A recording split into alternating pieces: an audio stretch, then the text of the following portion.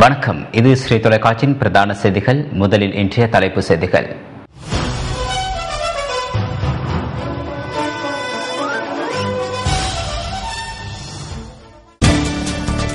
ஜனாதிபதி தலைமையில் நீர்வள அபிவிருத்தி தொடர்பான கலந்துரையாடல். கிளிநொச்சியில் உதயன் கிளை காரியாலயம் மீது தாக்குதல். இலங்கை விடயங்கள் தொடர்பாக இந்திய தலைவர்களுடன் ரணில் விக்ரமசிங்க கலந்துரையாடல். புதிய அரசியல் கலாச்சாரத்தை உருவாக்க மக்கள் அனைவரும் ஒத்துழைப்பு வழங்க வேண்டும் என்கிறார் சரத் பொன்சேகா. வடகொரிய அச்சுறுத்தல்களை எதிர்கொள்ள தயார் என்கிறது அமெரிக்கா. 6வது IPL கிரிக்கெட் தொடர் கோலாகலமாக ஆரம்பமானது.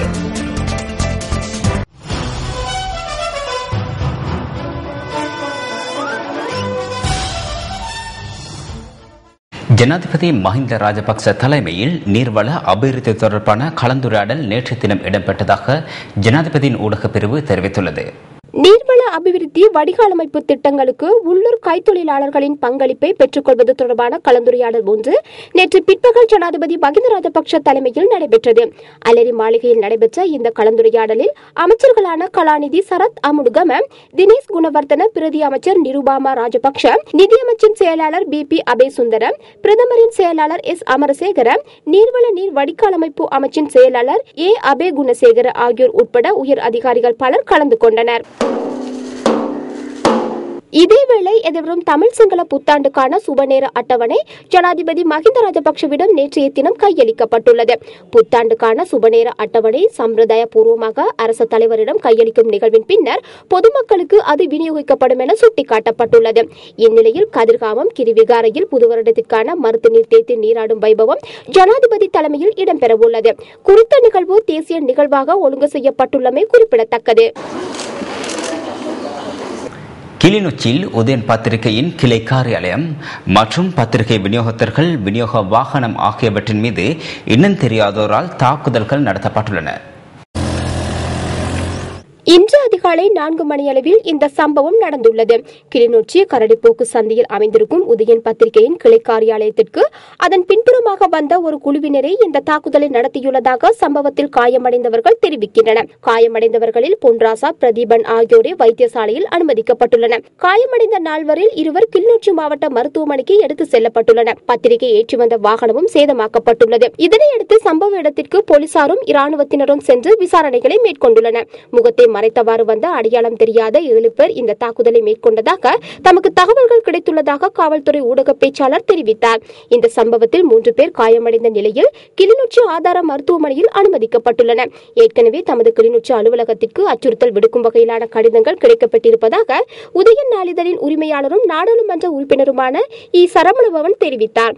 கிளிநொச்சியில் உள்ள உதயன் பத்திரிகை அலுவலகம் மீது தாக்குதல் நடத்தப்பட்டமையை மதிமுக பொதுச் செயலாளர் வைகோ கண்டித்துள்ளார்.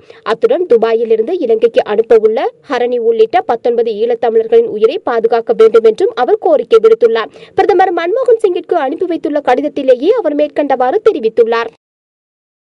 இதேவேளை ஊடகங்கள் சுதந்திரமாக கருத்து வெளியிடுவதனை அரசாங்கம் உறுதிப்படுத்த வேண்டும் என்று ஐக்கிய தேசிய கட்சியின் நாடாளுமன்ற உறுப்பினர் அஜித் பி. பெரேரா தெரிவித்தார். இன்று கொழும்பில் இடம்பெற்ற ஊடகவியலாளர் சந்திப்பின் போதே அவர் இவ்வாறு தெரிவித்தார்.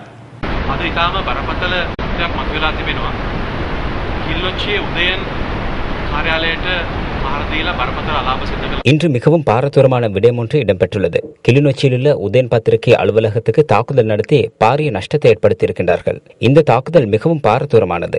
அரசாங்கம் நாட்டில் ஊடக சுதந்திரத்தை பாதுகாக்க வேண்டும். ஊடகங்கள் சுதந்திரமாக செயல்படுவதை அரசாங்கம் உறுதி செய்ய வேண்டும். நாட்டினுள் ஊடகவியலாளர்கள் காணாமல் போகின்றார்கள். ஊடகவியலாளர்களை கொலை செய்கின்றார்கள். அவர்களுடைய அலுவலகங்களுக்கு தீ வைக்கின்றார்கள். இவ்வாறான செயற்பாடுகள் தொடர்ச்சியாக இடம்பெறும் போது சர்வதேசத்துக்கும் விடுதலை புலிகளுடன் தொடர்புபட்டவருக்கும் இலங்கைக்கு எதிராக பல்வேறு குற்றச்சாட்டுகளை முன்வைக்க வழி செய்கின்றது.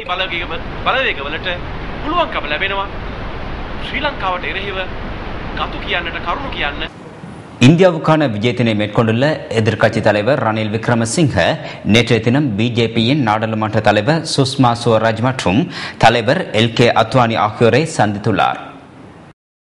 அவர்களுடன் இலங்கையின் தற்போதைய அரசியல் நிலவரங்கள் குறித்து ரணில் விக்ரமசிங்க தெளிவாக பேச்சுவார்த்தை நடத்தியிருப்பதாக எதிர்க்கட்சி தகவல்கள் தெரிவிக்கின்றன. பௌதிக ஒருமைப்பாட்டுக்கு பங்கம் ஏற்படாத வகையில் அரசியல் தீர்வு திட்டம் ஒன்று முன்வைக்கப்பட வேண்டுமென இந்திய எதிர்க்கட்சி தலைவி சுஷ்மா ஸ்வராஜ் தெரிவித்துள்ளார். வடக்கு மக்களை மீள்குடியேற்றுவது தொடர்பில் நம்பகமான முயற்சிகள் மேற்கொள்ளப்பட வேண்டும். தமிழ் மக்கள் கௌரவமாக வாழக்கூடிய ஒரு சூழ்நிலை உருவாக்கப்பட வேண்டும் என்று சுஷ்மா ஸ்வராஜ் தெரிவித்துள்ளார். தற்போது இந்தியாவிற்கு உத்தியோகபூர்வ விஜயம் ஒன்றை மேற்கொண்டுள்ள எதிர்க்கட்சி தலைவர் ரணில் விக்ரமசிங்கவை சந்தித்த போதே அவர் இதனை குறிப்பிட்டுள்ளார். இதேவேளை கற்றுக்கொண்ட பாடங்கள் மற்றும் நல்லிணக்க ஆணைக்குழு அறிக்கையை அரசாங்கம் உரிய முறையில் அமல்படுத்த தவறியுள்ளதாக ரணில் விக்ரமசிங்க குற்றம் சுமத்தியுள்ளார். நல்லிணக்கத்தை ஏற்படுத்துவது குறித்து எதிர்க்கட்சிகளின் ஒத்துழைப்பை அரசாங்கம் ஏற்றுக்கொள்ள தவறியுள்ளதாக குறிப்பிட்டுள்ளார். இடைவேளையின் பின்னர் மேலும் உள்நாட்டு செய்திகள் இடம்பெறும். தொடர்ந்தும் இணைந்திருங்கள்.